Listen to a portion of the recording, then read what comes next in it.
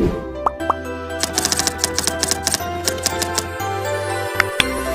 right, everyone, gather round, because we're about to dive into a rather contentious topic that's been causing quite a stir lately: pornography on the internet. Now, I know this is a sensitive subject, so let's approach it with an open mind and a willingness to explore all sides of the issue. First, let me introduce myself. I am Shelby, your friend today. First off, let's address the debate surrounding the legality and morality of purchasing adult pornographic material online. Some folks, including some free speech advocates, argue that there's nothing inherently wrong with it, as long as it involves consenting adults. They claim that the First Amendment protects such material. But on the flip side, many parents, educators, and child advocates are deeply concerned about the potential exposure of children to online pornography. They fear its impact on young minds and worry that easy access to porn might attract sexual predators. Now, let's talk numbers. The internet has undeniably revolutionized the pornography industry, making it easier and faster to access millions of pornographic websites worldwide. Estimates vary, but online adult pornography is big business, generating billions of dollars in revenue annually. It's staggering to think that over 72 million people visit pornographic websites every month. That's a mind-boggling number, isn't it? But here's where things get legally tricky. The question of what constitutes obscenity on the internet is a hotly debated issue. See, back in the day, the precedent-setting Miller v. California ruling established that contemporary community standards should determine what's considered obscene. However, applying this standard to the internet poses a challenge. Should we use local community standards or a national one? Courts are split on this, with no clear consensus in sight. Now, let's shift our focus to the workplace. Did you know that providing computers and internet access to employees can potentially land companies in hot water? That's right. If employees use these resources to access pornographic material, the company could be seen as complicit in enabling such behavior. And let's not forget the legal nightmare that ensues if an employee claims a hostile work environment due to exposure to pornography. But fear not, because there are steps companies can take to mitigate these risks. Establishing clear policies against accessing pornographic content, identifying violators, and taking disciplinary action are essential. However, some companies take a more hands-off approach, choosing to ignore the problem altogether, which raises ethical concerns. Now, let's touch on the dark underbelly of internet pornography. Child exploitation. Federal laws are strict when it comes to child pornography, with harsh penalties for possession, production, and distribution. Sexting, the act of sending sexually explicit messages or images via cell phone, is also on the rise among teens and young adults, with potentially severe legal consequences. And let's not forget about the Controlling the Assault of Non-Solicited Pornography and Marketing (CAN-SPAM) Act, which regulates commercial emailers. This law aims to curb spam and deceptive email practices, with hefty fines for violators. But despite these efforts, the debate rages on. Some argue that the CAN-SPAM Act hasn't done enough to control spam, while others suggest penalizing companies that use spam to advertise. It's a complex issue with no easy solutions. So, there you have it, folks. A deep dive into the world of internet pornography and its legal and ethical implications. It's a nuanced topic that requires careful consideration and ongoing dialogue. Let's keep the conversation going, shall we? All right, folks, let's zoom in on the Philippines and take a look at how internet pornography is being addressed in this part of the world. Now, just like in many other countries, the Philippines grapples with the challenges posed by online pornography. However, the cultural, legal, and societal context here adds some unique layers to the discussion. First off, let's talk numbers. Did you know that the Philippines ranks among the top countries in terms of internet usage in Southeast Asia? With a rapidly growing internet user base, concerns about the accessibility and impact of online pornography are on the rise.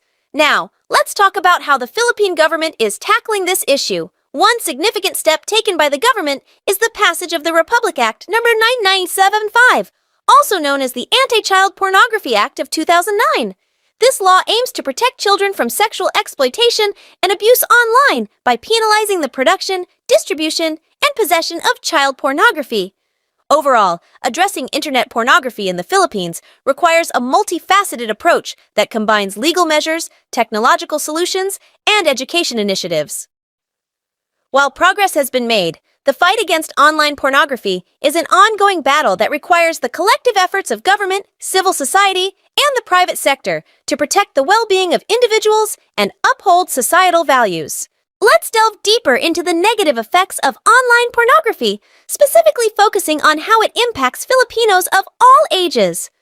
For adults in the Philippines, exposure to online pornography can have a range of detrimental effects. First and foremost, excessive consumption of pornography can lead to addiction, where individuals become dependent on it for arousal and gratification. This addiction can have serious consequences on personal relationships, leading to conflicts with partners and even breakdowns in marriages and families. Additionally, frequent exposure to unrealistic and exaggerated depictions of sex can distort one's perceptions of intimacy and create unrealistic expectations, potentially hindering healthy sexual relationships. When it comes to children, the dangers of online pornography are even more pronounced. Exposure to explicit sexual content at a young age can be deeply harmful, leading to confusion, anxiety, and distorted views of sexuality. Studies have shown that children who are exposed to pornography may experience feelings of shame, guilt, and inadequacy, as well as an increased risk of engaging in risky sexual behaviors.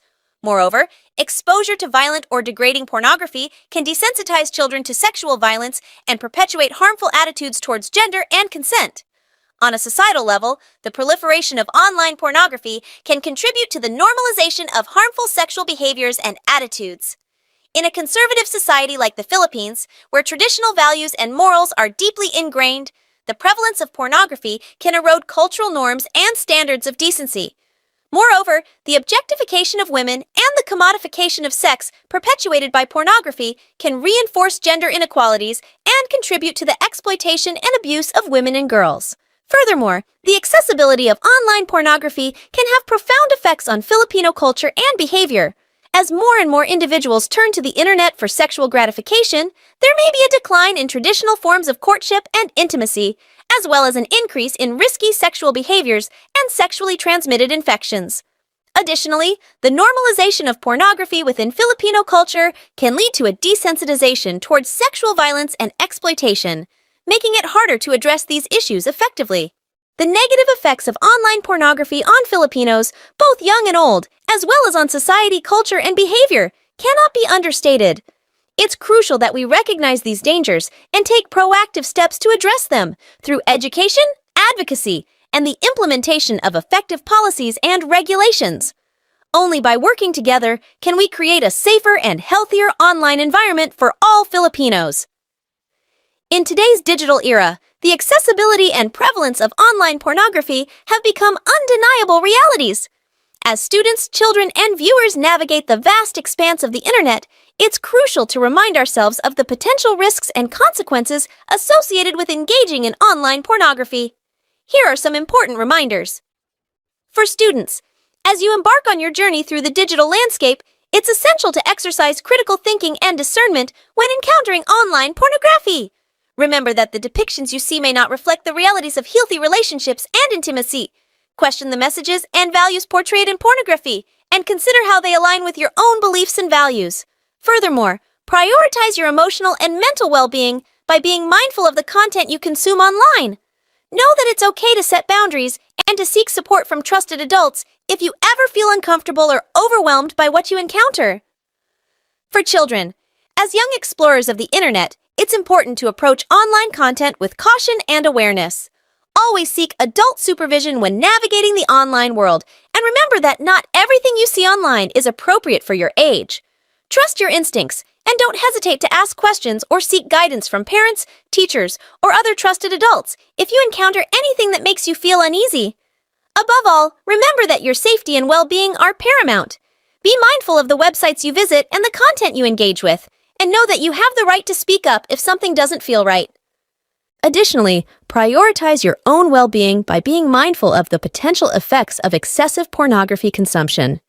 Know that it's okay to seek help and support if you ever find yourself struggling with addiction or harmful behaviors. In conclusion, as students, children, and viewers of online content, we must all take responsibility for our actions and choices online. By exercising critical thinking, setting boundaries, and seeking support when needed, we can navigate the digital world in a safe and responsible manner. Together, let's create a healthier online environment for ourselves and future generations.